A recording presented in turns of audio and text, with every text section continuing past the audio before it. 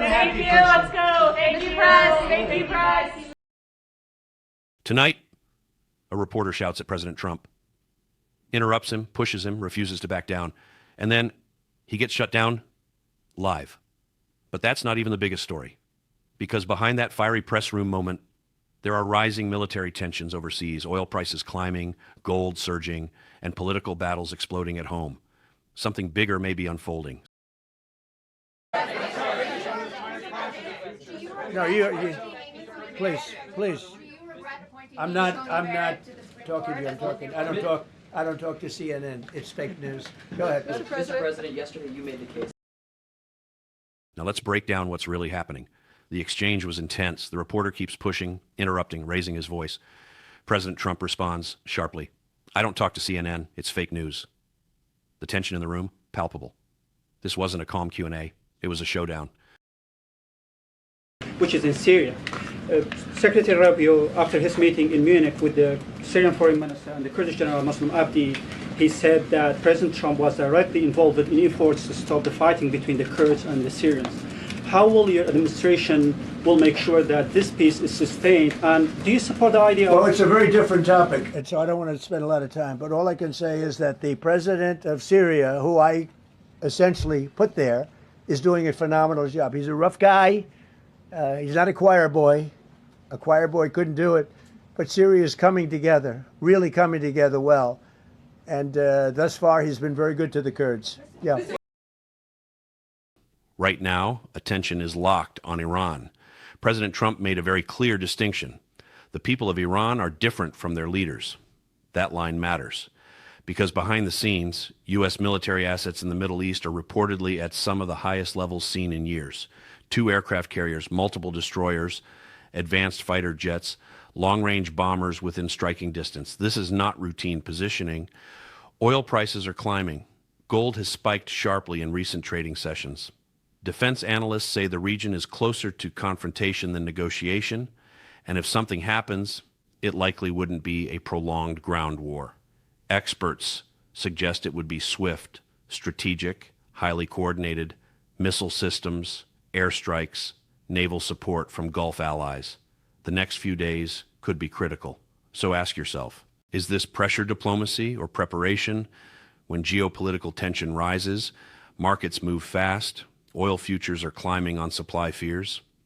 Gold, often considered a safe haven, has surged as investors hedge risk.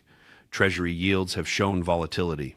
And historically, when global instability rises, money flows into safety. That's exactly what we're seeing. Some analysts say investors are pricing in uncertainty. Others say the reaction is precautionary. But make no mistake, markets are watching Washington very closely. While global tension builds overseas, the battle at home is just as intense. Immigration enforcement has once again become a political flashpoint.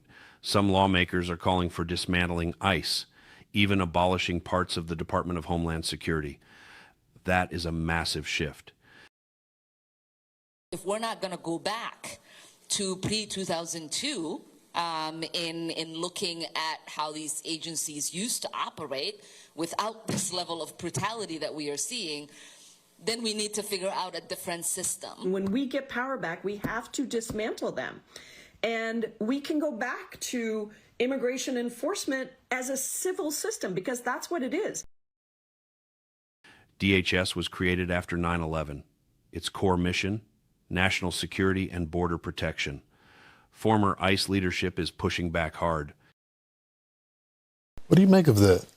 Well, I'm sure Omar would love for ICE to go away, right? Because she has her own issues. Right. But bottom line is, think about this. Members of Congress want to abolish the Department of Homeland Security that was established after the tragedy 9/11, right? And they want to abolish the agency that enforces the laws that they wrote, right? But they want to attack ICE and call them racist and Nazis and the secret police. Well, if we're the Nazis for enforcing immigration law, what's that make them? They wrote the law. So look, we're doing the same thing we've done. The argument from enforcement officials is simple. They are enforcing laws written by Congress, and they say criticism ignores the numbers. Over 10 million illegal crossings reported in recent years Millions of gotaways, record seizures of fentanyl, human trafficking cases, terror watch list encounters. The enforcement side says they are fixing what was broken. Critics say program fits into our criteria of small business owners, not those who make 200,000 and above. We don't make that much amount. We have been suffering since the crisis of ICE. We also demand an immediate help to evictions so families are not pushed to homelessness during the crisis. Our community deserves accountability. Our community deserves safety. We need also justice for those who lost their lives defending the community. Communities are being unfairly targeted. In certain communities, emotions are high. Small business owners say they are struggling. Some fear increased enforcement will destabilize families. Others demand stronger security. It's a collision of perspectives: security versus compassion, law versus reform, federal authority versus local autonomy. The debate isn't cooling down, it's intensifying. But thank you very much for being here. It's a great honor. And the media, thank you. You can leave now. Mr. President, are you considering limiting military and press in Thank you, President. I can say. Now circle back to that original confrontation. This wasn't just about one question.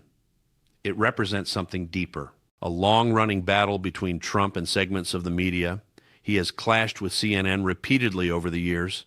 Tonight added another chapter. Whether supporters see it as strength or critics see it as hostility, one thing is undeniable: he does not hold back. And moments like this energize his base. Meanwhile, in states like Maryland, changes to ICE partnership programs are taking effect. Some sheriffs say enforcement won't disappear.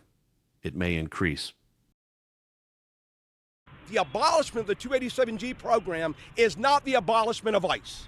They're going nowhere. In fact, they're going to intensify their efforts.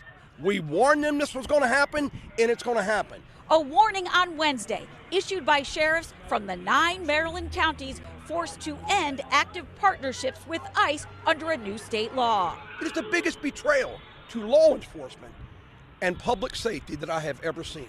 There will be people missed. And that is my concern. There'll be people missed and who will be re-released into our communities who pose a threat. The legislation signed by the governor Tuesday abolishes 287G agreements with ICE. Mark my word, you will see a dramatic increase in the presence of ICE. There are also reports of threats against officers rising significantly. Law enforcement officials argue they are operating within legal standards. Critics demand judicial oversight. This legal battle could move into federal courts again. Zoom out, overseas tension with Iran, military positioning increases, markets reacting, domestic immigration battles escalating, media confrontations intensifying. These are not isolated events. They intersect. When global instability rises, domestic politics amplifies, and vice versa. Will diplomacy prevail in the Middle East, or does this escalate rapidly over the weekend? Will Congress push further to reform immigration enforcement, or will enforcement expand? Will markets stabilize or brace for shock? The next 48 to 72 hours could be pivotal. This is a moment of high tension, globally, domestically, politically, economically, and in the media. Whether you support these moves or oppose them, it's clear we are entering a critical phase. Now, I want to hear from you. Do you think tensions with Iran escalate this weekend? Was the press room showdown justified, or did it go too far? Drop your thoughts below. If you want more primetime breakdowns like this, make sure you like the video, subscribe, and turn on notifications, because when things move fast,